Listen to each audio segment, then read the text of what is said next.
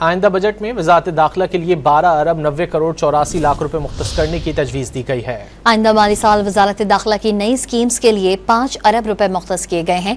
Islamabad safe city की तोसी के लिए 3 अरब रुपए मुख्तस करने की तजवीज़ दी गई है।